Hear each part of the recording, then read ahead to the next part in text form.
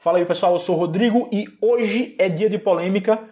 Por que polêmica? Não sei exatamente, mas parece que iPhone é sempre motivo para uma. Enfim, este é o iPhone 7, eu o estou utilizando desde o início de dezembro e hoje vou contar para vocês o que eu achei.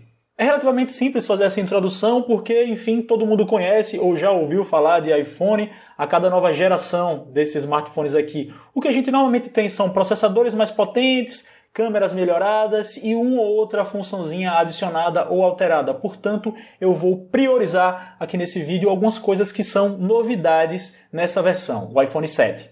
A começar pelo tradicional botão Home, esse que fica aqui embaixo no meio.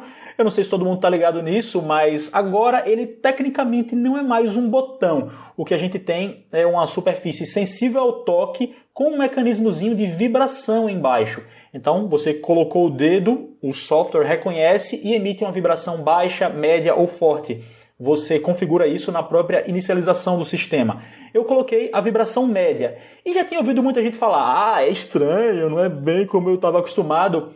Para falar a verdade, não percebi nada disso. Depois de não muito tempo, eu já nem lembrava que isso era uma novidade, sendo que ainda tem o ponto positivo de que agora ele é menos suscetível a falhas, né? Muita gente no iPhone 6S para baixo colocava o botão Home virtual, mesmo antes de ter problema, para poder evitar esse tipo de coisa, e agora acho que isso não existe mais. O segundo ponto, esse mais polêmico, a ausência da entrada padrão para fone de ouvido. Como a gente sabe, agora tem que comprar um fone de ouvido sem fio, ou usar o fone que vem na caixa, ou usar o adaptador que a Apple também manda para qualquer fone comum. E eu até era uma daquelas pessoas que dizia assim: pessoal, acho que a gente não tem que se preocupar com essa ausência da chamada entrada P2 a padrão para fone. Por quê? Porque a Apple já manda o adaptador na caixa. Então, você simplesmente pluga o adaptador no fone que você já tem, no fone que você curte. Beleza, quando você for ouvir, é como se ele já estivesse no padrão correto, você plugou aqui e escuta o som que você quiser. Mas já vivenciei situações que me fizeram mudar um pouco de ideia. Por exemplo, eu fiz uma viagem longa de avião. Nessa viagem eu escutei muita música, muito podcast. Chegou aquele momento em que a bateria do telefone estava acabando. O que foi que aconteceu? Eu tive que parar de ouvir minha música, tive que parar de ouvir meus podcasts, simplesmente para recarregar o dito cujo, porque não dá para fazer as duas coisas ao mesmo tempo. É bem chato isso, e não aconteceu só no avião, aconteceu, por exemplo, em uma viagem de carro. Tava lá curtindo minha música, daqui a pouco, caramba, a bateria tá acabando, vou ter que parar um intervalozão gigante aí para carregar. Enfim, é chato. Tem, claro, algumas empresas aí lançando uns adaptadores marotos para você colocar aqui, e aí eles fornecem duas entradas para você ouvir e recarregar ao mesmo tempo. Mas enfim, é uma coisa a mais para você comprar, provavelmente não é barato, acessórios de iPhone dificilmente são baratos, e uma coisa a mais para você carregar e se preocupar com ela o tempo inteiro, né? Certo, agora passando para uma parte mais positiva, uma coisa que já era boa em iPhones anteriores e que está melhor aqui é a experiência com a câmera. A câmera é tecnicamente superior à do iPhone 6S, como normalmente acontece, e a experiência de câmera continua boa como sempre. O que eu quero dizer com experiência? Eu estou deixando de lado um pouquinho os aspectos técnicos. Pode haver algum telefone que tecnicamente é um pouco superior e tudo mais, mas o que acontece na prática é que você tem o iPhone, você tira do bolso, uma, duas, três fotos, é muito provável que uma delas tenha ficado boa. São poucos Androids, eu falo Androids porque é o sistema concorrente principal, né? São poucos smartphones com Android que têm esse mesmo tipo de experiência, assim, simples, rápida e sem preocupações. Agora a gente tem inclusive, vamos dizer, uma maquininha aqui dentro que é responsável por você não fazer fotos e vídeos tremidos, a chamada estabilização ótica, que só era presente no iPhone 6S Plus na geração passada. Agora tem no iPhone 7 e no iPhone 7 Plus. E aí o pessoal que estava acompanhando o meu Instagram, minha viagem que eu fiz para a Índia no final do ano passado, dizendo: Rodrigo, caramba, esses vídeos aí estão muito estabilizados, com qual telefone você está filmando? E eu disse: olha, até gostaria de dizer que é outro, mas é o iPhone 7. Realmente funciona muito bem. Mas para além dessa adição de hardware, né, da estabilização ótica, eu acho que isso é uma coisa que tem muito a ver com software. Não só o software que roda no iPhone, como aquele que é desenvolvido pelas produtoras de aplicativos. Vamos tomar como exemplo aí Snapchat ou Instagram. É muito comum que esse tipo de programa seja feito com base no iPhone. E aí, o que é que acontece? Independentemente de diferenças técnicas dessa câmera em relação a outras, a experiência simplesmente fica melhor aqui, fica mais fluida aqui, tem menos erros aqui, e eu acho que nesses dois aplicativos que eu mencionei, Snapchat e Instagram, isso acontece sem qualquer sombra de dúvida, né? Enfim, acaba sendo uma vantagem na prática e não dá para discutir muito isso. Só para constar, a câmera frontal agora tem 7 megapixels, não sei por que não são 5, nem por que não são 8, são 7. É sempre bom ter mais megapixels do que a da geração anterior. E eu mantenho meio que a linha de pensamento que eu estava falando antes. Talvez não seja a melhor do mercado, ela é boa, ok.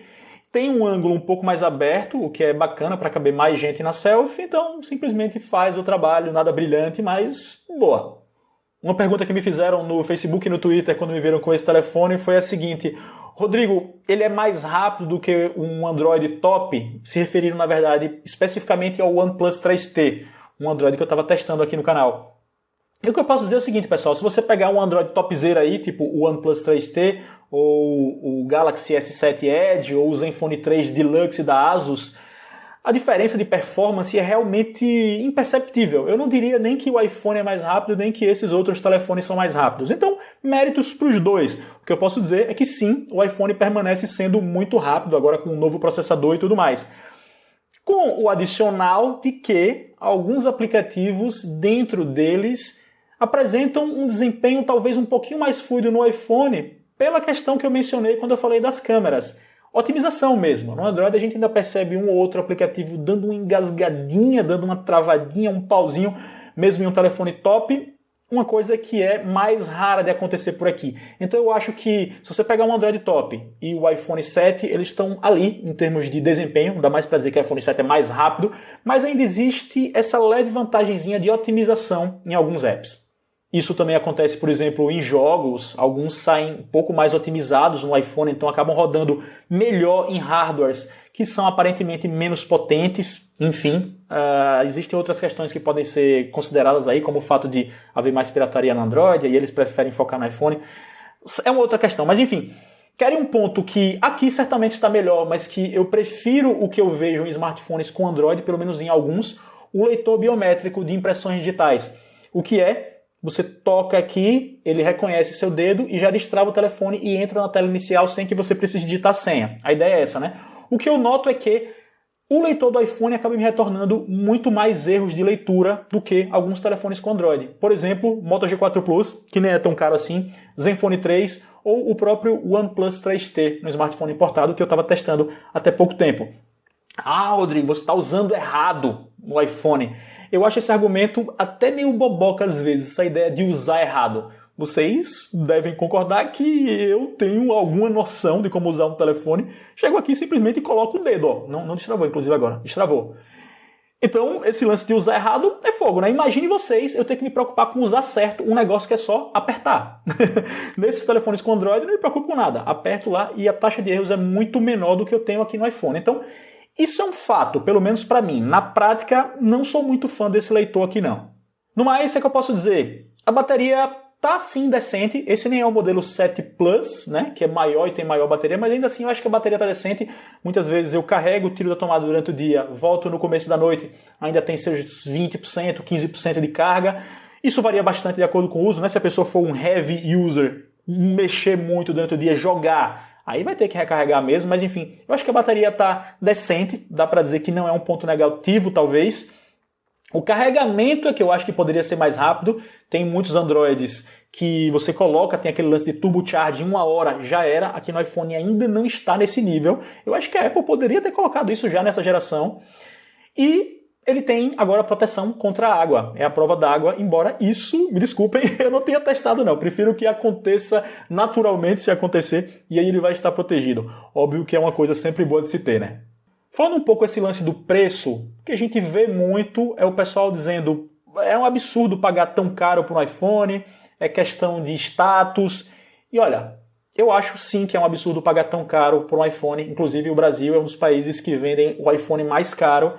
Eu também acho que é uma questão de status, mas vejam bem, na prática, o status, vamos dizer assim, acaba sendo um feature, né? Acaba sendo uma característica positiva do telefone também. E eu explico. A gente vive em um mundo em que as comunicações têm uma importância altíssima, né? E smartphones estão no centro disso tudo, né? Dos dispositivos de uso pessoal. Então, nesse cenário, você ter um aparelho que é bem reconhecido, eu diria que acaba sendo importante. Tem seu nível de importância no que diz respeito à satisfação pessoal com sua compra. Vocês não concordam com isso? No fim das contas, eu não estou dizendo que não existem outras coisas muito mais importantes na vida. Não estou fazendo nenhuma avaliação sobre os méritos de a pessoa querer status com o telefone.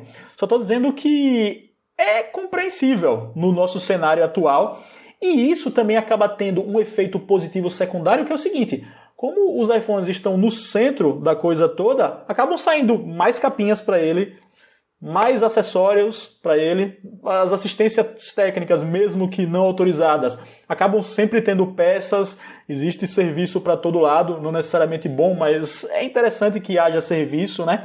Então eu acho que esse é um ganho secundário que deve ser considerado também e muitas pessoas valorizam bastante. Eu quis mesmo fazer esse tipo de análise mais geral, sem tocar tanto em aspectos técnicos, que no fundo aquelas pessoas que se interessam por eles meio que já conhecem, então não seriam tão importantes de eu mencionar aqui. Então eu concluo dizendo que o iPhone 7 é sim um ótimo telefone. É melhor tecnicamente que a concorrência? De jeito nenhum. Dá para ter um bom telefone pagando bem menos? Sem dúvida. Mas numa compra de celular, assim como de várias outras coisas, existem aquelas variáveis subjetivas da preferência, do costume, da satisfação pessoal, enfim. Junte isso com o fato de que o iPhone é sim um telefone bom, que oferece uma experiência de uso fluida, agradável, e a gente tem uma boa opção de compra, simples assim. A questão do preço, sem dúvidas, é muito importante, mas, enfim, quem sou eu para dizer se a pessoa está certa ou errada, dando valor isso ou aquilo, gastando mais dinheiro nisso ou aquilo, enfim. Para responder a pergunta do título, ele é tudo isso? Talvez não seja tudo isso, né? Considerando toda a áurea que se criou em torno do iPhone. Caraca, será que talvez ele não esteja aí à altura desse mito que se criou sobre ele, que as pessoas desejam tanto. Eu, inclusive, falei aqui de um bom número de pontos negativos, mas para muita gente vai ser a melhor escolha. E o que eu posso dizer é que simplesmente eu entendo perfeitamente. Eu não acho que elas estão malucas por isso, não. É um bom telefone. E vocês viram que eu nem falei de aspectos como o sistema do Android ser mais aberto, o sistema do iPhone ser mais fechado, porque eu achei que não era uma discussão central para esse tipo de vídeo e muitas pessoas não vão estar nem aí. Eu penso assim, se eu for falar com minha mãe ou até um amigo meu que não gosta de emuladores, não gosta de ficar mexendo, o sistema do iPhone é mais fechado, ele não vai estar nem aí, sabe? Então eu acho que essa é uma questão que as pessoas que se interessam por ela já estão muito por dentro e eu não preciso abordar em um vídeo como esse. É isso aí, pessoal. Espero que vocês tenham gostado desse vídeo de hoje. Se vocês gostaram, clique em gostei. Se é a sua primeira vez, clique em inscrever-se aqui no meu canal para você acompanhar meus próximos envios no YouTube. Siga-me nas redes sociais. Abração. Falou!